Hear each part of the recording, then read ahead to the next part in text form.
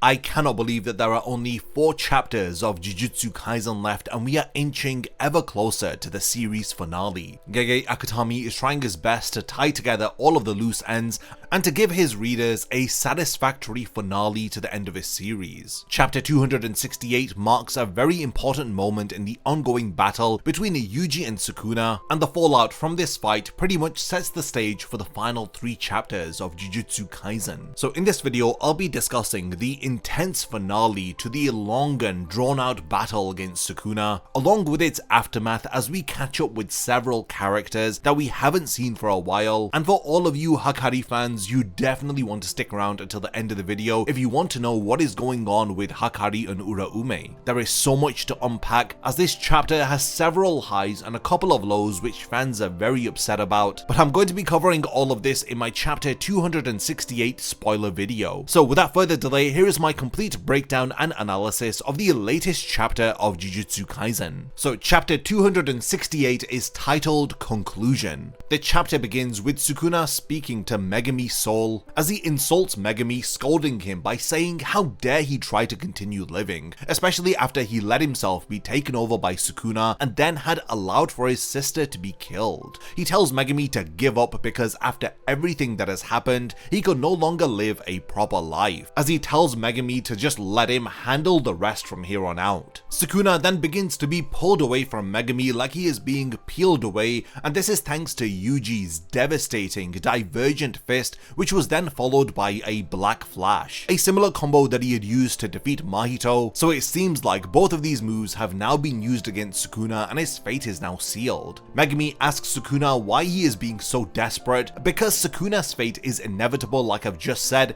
and he is going to be ripped out of Megumi's body and then will die not too long after. So with Yuji's attacks, if all of his 19 fingers disappear and the final one won't be able to connect thanks to Nobara's resonance, then it means that Sukuna no longer has any connection to the real world. Megumi just says that he's honestly relieved to know that Sukuna is also afraid of dying. Megumi's reason for wanting to continue to live is that he had never intended to live a proper life from the start. He says that it's a given, but there's so many people out there other than yourself in the world, and he thinks that he wants to try living for someone else one more time. So Yuji pretty much delivers a final punch to Sukuna within Megumi's body, and it kind of forces Sukuna out of it. We then see a glimpse of Yuji's domain from the outside, and it is absolutely huge, and it's as tall as the surrounding buildings. So Sukuna screams in agony as he is peeled off of Megumi's body, and Megumi is finally free from Sukuna's clutches. It's made apparent that Sukuna is nothing but a curse, and he takes on a curse-like appearance here with a singular eye and a very large mouth.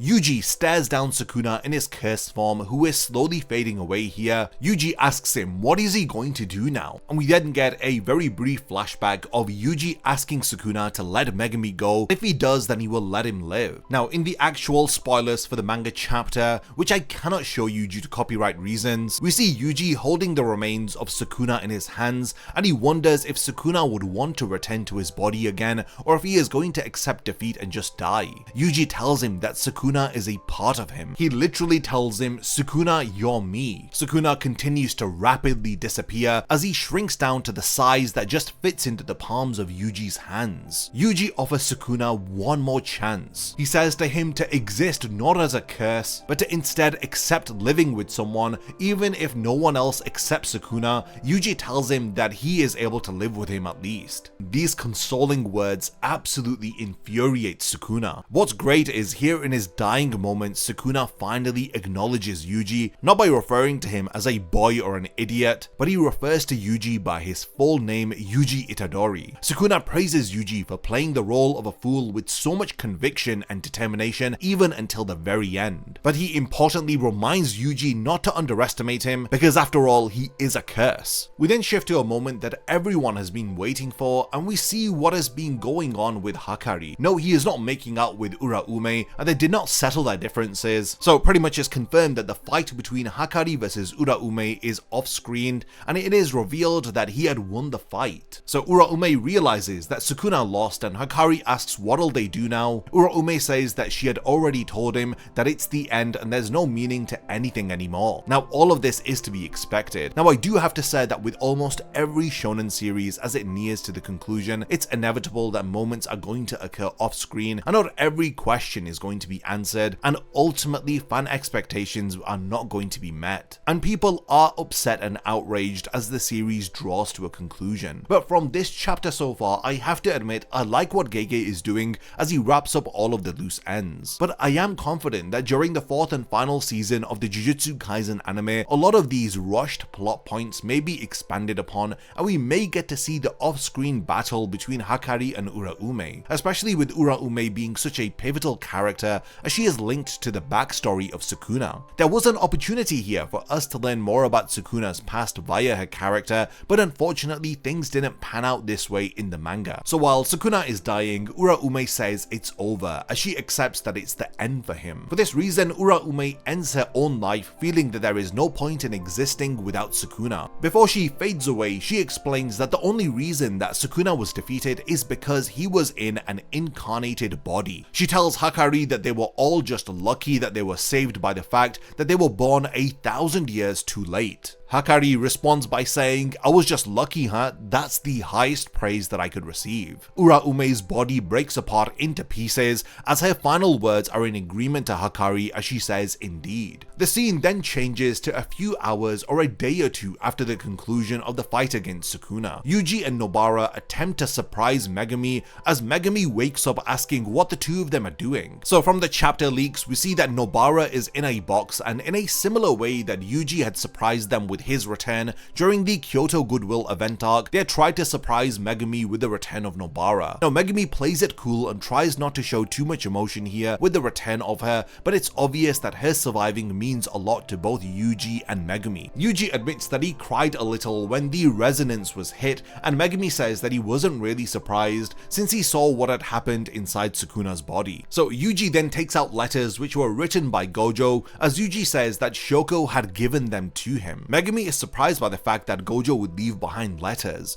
Nobara says that she understands as this is totally not like him. She even goes as far as to say that it's gross to even imagine him writing letters. Megumi notices that there are only 2 letters, as Yuji says that he didn't get one because he had a talk with Gojo in person. I am assuming that we may get to see some of this conversation in the final 3 chapters of the series. Nobara's letter from Gojo reveals the location of her mother, but Nobara crushes the letter in her hand, saying that she doesn't care. Nobara asks Megumi if he has received some kind of special grade authority, but Megumi starts laughing as he reads his letter, and Yuji and Nobara are both curious after seeing Megumi laughing, but after they read his letter, they are just both shocked. The letter from Gojo says, "Unfortunately, your father isn't around anymore because I killed him, sorry." I'm glad that Gege wrote these letters from Gojo not in a overly serious tone. Gojo remains like his usual self in the tone of his delivery, and it really does make you miss his character. We then shift focus as Nobara tells them that they need to meet up with Maki and the others as she wants Megumi to come too, as Yuji says that he has to apologize and thank everyone, and Megumi appears to be confused by all of this, but Yuji explains that it is about the fate of Yuta. He clarifies by saying that they need to save Yuta's life and meet Maki, Toge, Panda, Kusakabe, Miwa, and Momo. We then hear somebody screaming out Yuta's name and cursing him out as Megumi wonders if this is what saving Yuta's life should sound like. Chapter 268 of Jujutsu Kaisen wraps up with comments from the series editor who asks, "Is Okotsu alright?" As then there is this huge statement that there are only 3 more chapters until the series finale. The wait until the end of the series is further extended as we learn that Jujutsu Kaisen will be on a break next week. So there is a lot to dive into with this chapter, and fans have been reacting in a very controversial manner as there's been mixed opinions about several plot points,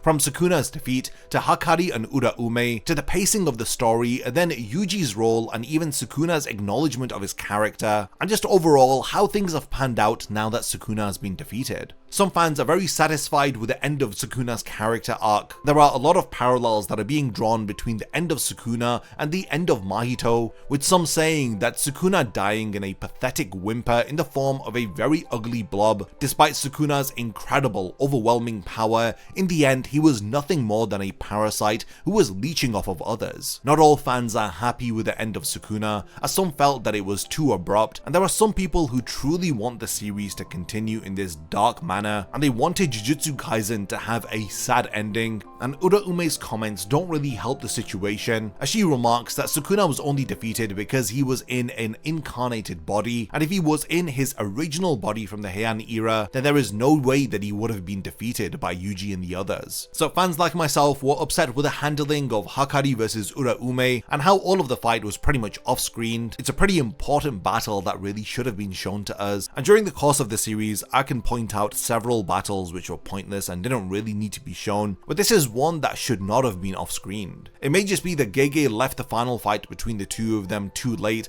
and having it now included would have disrupted the flow of the final chapters of Jujutsu Kaisen. I think people are just frustrated with how certain characters and plot points are being handled as the series draws to an end. And even I have to admit that some plot points are being rushed here. There are so many people who are really upset with the rushed pacing of the final chapters, and they are screaming about all of the unresolved plot points, and that the depth of the story is being sacrificed for the sake of a very quick ending. But it's like I mentioned earlier, you cannot expect every question to be answered, and ultimately there are going to be some fans who will be left disappointed. One important moment from chapter 268 is Sukuna's acknowledgement of Yuji, and Yuji's somewhat forgiveness of Sukuna and his willingness to give him a second chance. It's incredible that Yuji, the character who Sukuna hated the most, is the one who had brought his reign to an end. The way that Yuji flips the situation on Sukuna by saying to him that "you're me" is absolutely fantastic, and it's just a great way to bring an end to their story. The series has been in a very serious tone for such a long time, but I think that it was great to see these moments between Yuji, Nobara and Megumi at the end of the chapter, and it feels good that Jujutsu Kaisen is not going to end on this tragic tone. There is light at the end of the tunnel, but honestly some people wanted Depression Kaisen all the way until the very end, and I just think that that's an unrealistic expectation,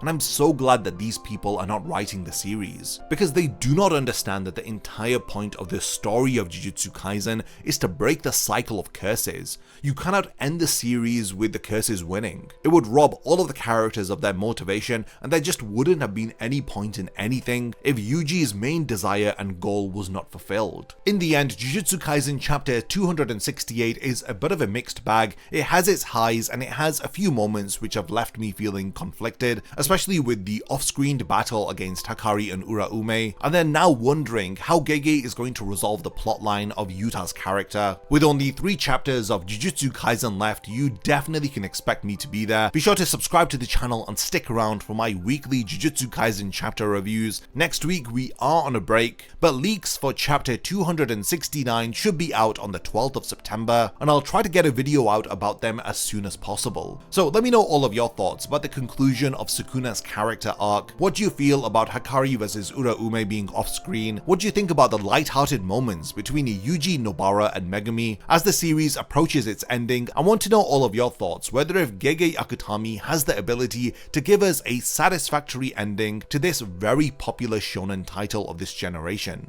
Lastly, thanks for making it to the end of this one, and I cannot wait to see you in my next Jujutsu Kaisen video. A massive thank you goes out to all of my amazing Patreon supporters for helping to make this video possible. If you also want to support the channel and see your name in the end of my videos, then check out my Patreon, which has loads of perks like early video access and so much more. Thank you for sticking around till the end of the video, and whatever you contribute will mean a lot to me.